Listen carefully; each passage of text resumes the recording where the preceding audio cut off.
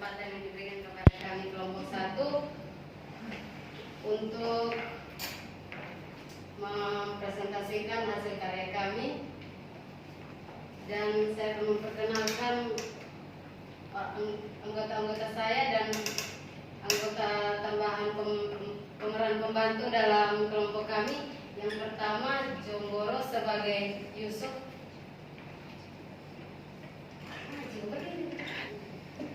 Kak Renisi Galingging sebagai Maria,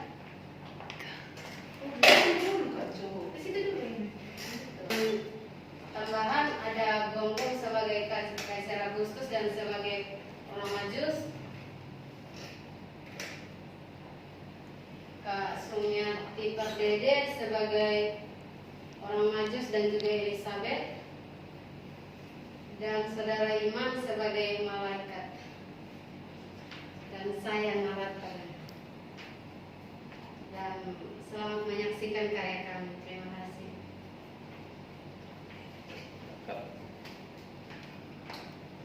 Apa kabar semuanya? Baik, Kakak Megi.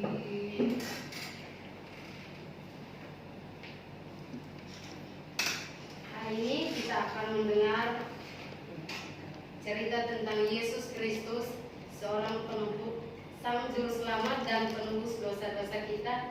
Nah, kita akan menyaksikan cerita ini lewat diorama ya. Jadi saya harap ketenangan dan selamat menyaksikan.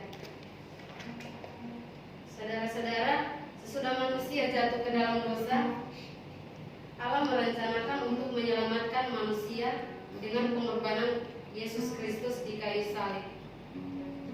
Dia memberikan anaknya yang tunggal untuk bisa menyelamatkan manusia. Yesus harus menjelma sebagai manusia, atau dia berubah sama dengan manusia hanya untuk menebus dosa kita. Untuk apa, saudara? Untuk pulihkan hubungan kita dari yang awal. Dengan berbagai cara, Allah memberikan gambaran tentang kelahiran Raja Damai pada beribu-ribu tahun yang lalu lewat bapak-bapak leluhur, para nabi dan lain-lain, bahwa pada suatu saat nanti akan ada juru selamat lewat kesaksian dan nubuat Nabi Yesaya. Dia berkata bahwa karena Allah itu roh, dengan cara menebus manusia, dia harus satu-satunya cara adalah dia harus menjadi manusia, dan dia rela merendahkan diri menjadi sama dengan manusia. Pengorbanan yang sangat luar biasa, saudara. Caranya sangat unik dalam misi penyelamatan manusia lewat seorang perawan suci yang sudah direncanakan. Nah, di suatu kota di Galilea bernama Nazaret, tinggallah seorang perempuan yang masih perawan suci, yang bertunangan dengan seorang pria yang baik hati, Yusuf, orang Nazaret juga. Mereka berdua bertunangan, saudara. Dalam budaya Israel, bertunangan itu artinya menikah, tapi mereka tinggal secara terpisah, artinya belum bisa hidup bersamaan. Maria adalah seorang perawan suci yang cantik, baik hati, dan Tuhan melihat hatinya, makanya dia dipakai Tuhan. Dan Yusuf pun seorang yang sangat ganteng dan juga baik hati.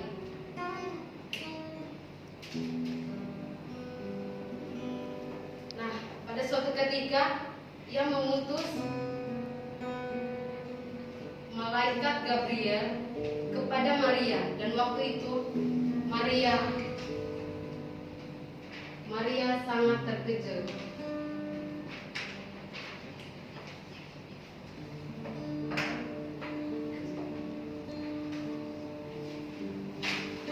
Pada waktu itu Maria sangat terkejut dengan kedatangan malaikat.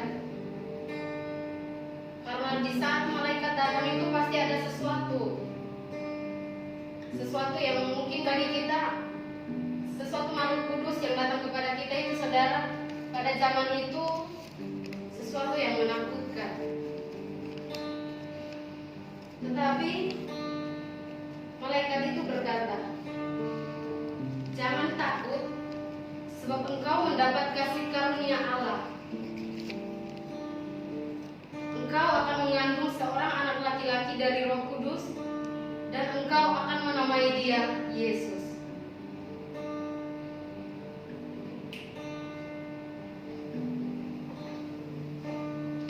Tetapi Maria berkata, bagaimana saya bisa mempunyai seorang anak sedangkan saya belum bersuami? Dikatakan di dalam Alkitab belum bersuami, artinya belum tinggal serumah. Bagaimana dia bisa memiliki anak?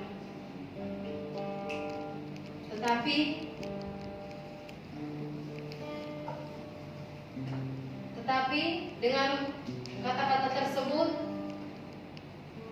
Tuhan menguatkan hati Maria lewat kata-kata malaikat itu bahwa jangan takut sebab Roh Kudus yang akan memampukan kamu.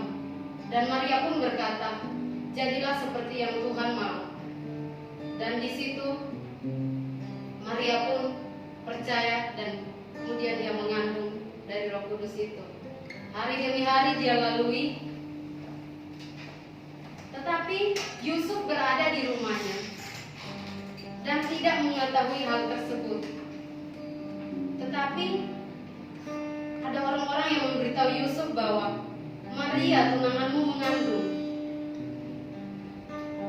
Nah, pada saat Yusuf tahu bahwa tunangannya Maria mengandung, padahal mereka belum tinggal serumah, dan dengan diam-diam Yusuf bermaksud untuk menceraikan Maria tunangannya secara diam-diam.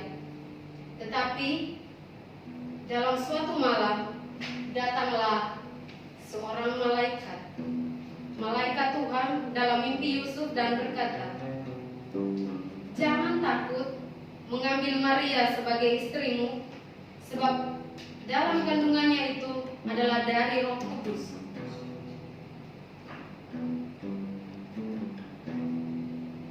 Dan Maria mengandung dari Roh Kudus itu dan akan memberikan nama Immanuel, yaitu Allah menyertai kita. Ada satu ketika bergegaslah Maria pergi ke rumah saudaranya Elisabeth untuk memberitakan kabar sukacita tersebut. Dari mana Maria mengetahui kalau Elisabeth mengandung? Dari kata malaikat waktu pertemuan mereka itu bahwa Elisabeth saudaramu sudah mengandung 6 bulan.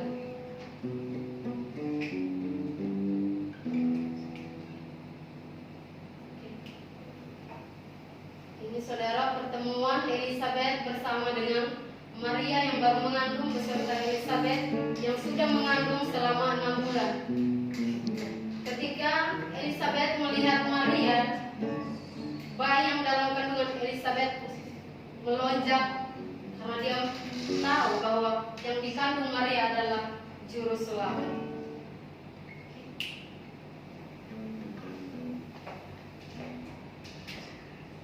Kemudian pulanglah Maria, dan ketika itu di kota tersebut ada penguasa besar bernama Kaisar Agustus. Dia mau supaya semua rakyat mendaftarkan diri atau sensus untuk menghitung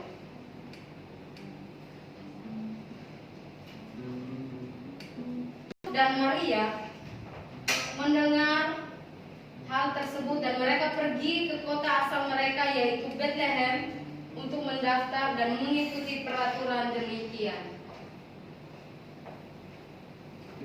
Ini saudara, saat Yusuf dan Maria pergi ke kota Bethlehem untuk mendaftarkan diri, itu wujud bahwa mereka taat kepada peraturan bukan hanya dari Allah, tetapi wali Allah yaitu pemerintah, saudara.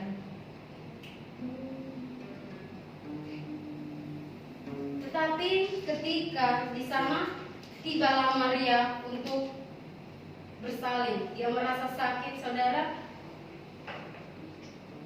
Tetapi tak ada tempat bagi mereka untuk berteduh atau berlindung atau bermalam, karena tempat penginapan sudah penuh. Karena saking banyaknya orang di kota itu, saudara, mereka pun gak mendapat tempat. tidak mendapat tempat untuk menginap. Dan akhirnya mereka pergi ke suatu tempat di mana tempat itu kosong ya saudara, yang kita ketahui tidak di kandang domba, tapi itu nggak ada domba hidup di situ.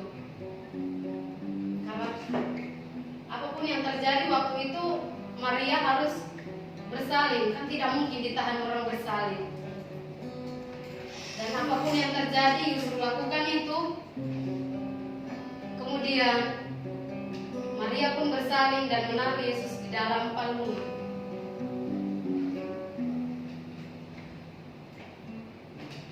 Ini saudara, betapa pengorbanannya yang luar biasa.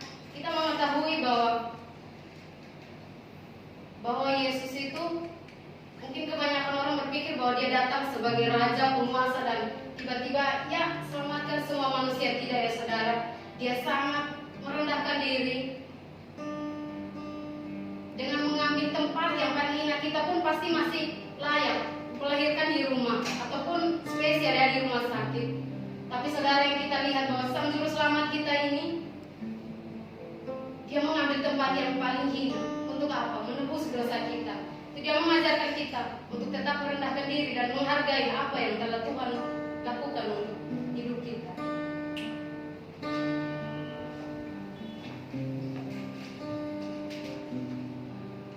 Dan saudara, tersiarlah kabar tentang kelahiran tersebut.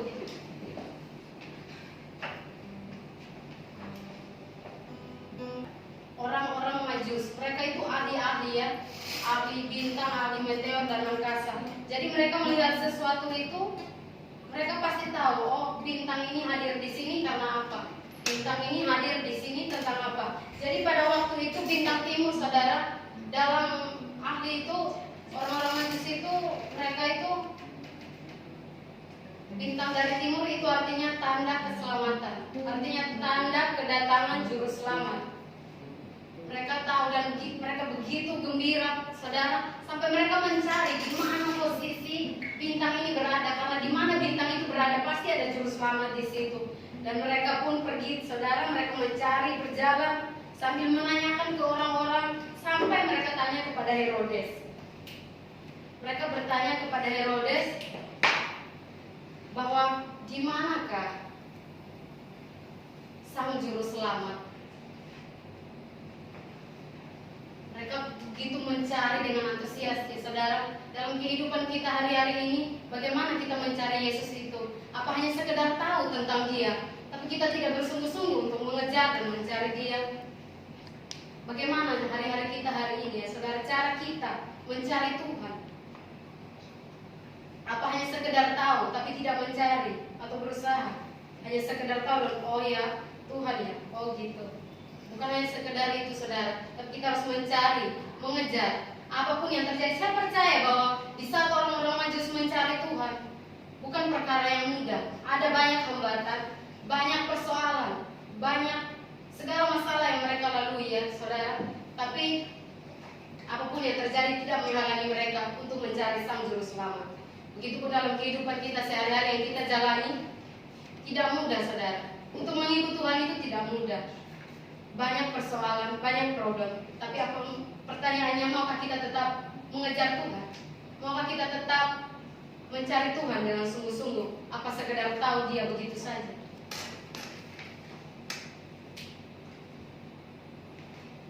Dan kita lihat saudara, orang-orang Majus bukan hanya sekedar datang dan mencari, tapi mereka memberikan apa yang menjadi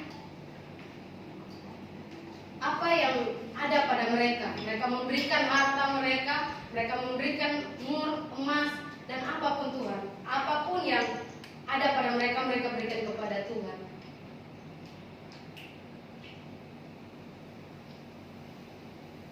Ini saudara, ketika orang-orang Majus mempersembahkan harta mereka, emas, mur, dan minyak kepada Maria dan Yusuf, itu sebenarnya bukan untuk Maria dan Yusuf, tapi untuk Sang Juru Selamat, bintang timur yang telah mereka lihat itu. Dan tanda ini untuk kita hari-hari ini saudara. Sudahkah kita memberikan apa yang menjadi bagian kita? bukan tentang apa yang banyak dan sedikit yang kita miliki, tetapi apakah kita memberi dengan tulus dan rela, seperti Tuhan telah melakukannya dengan rela untuk kita. Ini saudara, ini tanda mereka yang dengan berjuang, dengan bersusah payah, dan akhirnya mereka menemukan Sang Juru Selamat itu dan mempersembahkan apa yang menjadi, apa yang harus mereka lakukan. Saudara, inilah orang-orang majelis yang perlu kita teladani. Itu semua yang di dalam Alkitab gambaran untuk kita hari-hari ini. Bukan cuma orang majelis saja, tapi itu gambaran untuk kita hari-hari ini.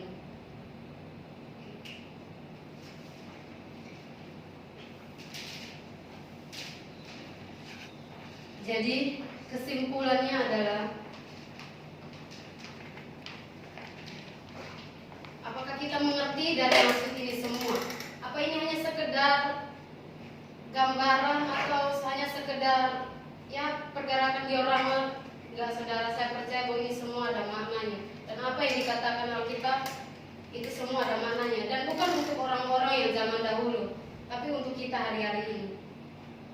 Bertujuan untuk kehidupan manusia untuk kedepannya juga, ya saudara. Kita mengartikan Natal itu sebagai apa? Sebagai cuman ya Tuhan datang itu aja? Tapi kita lihat, saudara, betapa pengorbanannya untuk kita, yang mengambil posisi apa sih manusia itu? Manusia cuma debu dan tanah, tapi dia rela, dia mau menjadi manusia. Itu suatu hal yang luar biasa, saudara. Dia Allah yang maha kuasa, dia yang menciptakan seluruh dunia ini, saudara. Tapi dia begitu rendah hati, yang perlu kita teladani untuk mau menjadi manusia seperti kita. Tapi dia melakukan itu, kita perlu meneladani bahwa kita punya Allah yang luar biasa. Natal bukan hanya sekedar, oh ini 25 Desember ya, oh berarti aku harus baju baru, aku harus punya banyak kado, dan pasti aku jalan-jalan kemana-mana.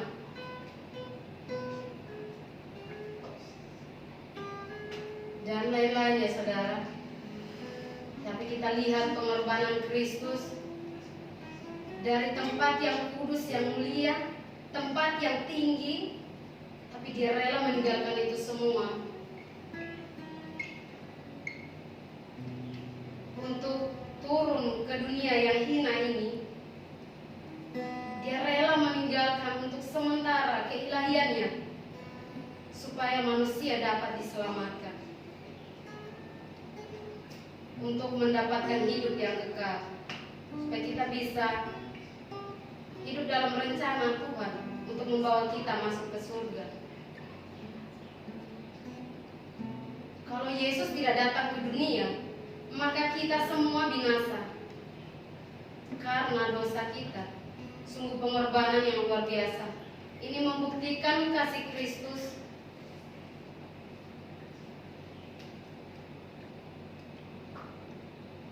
untuk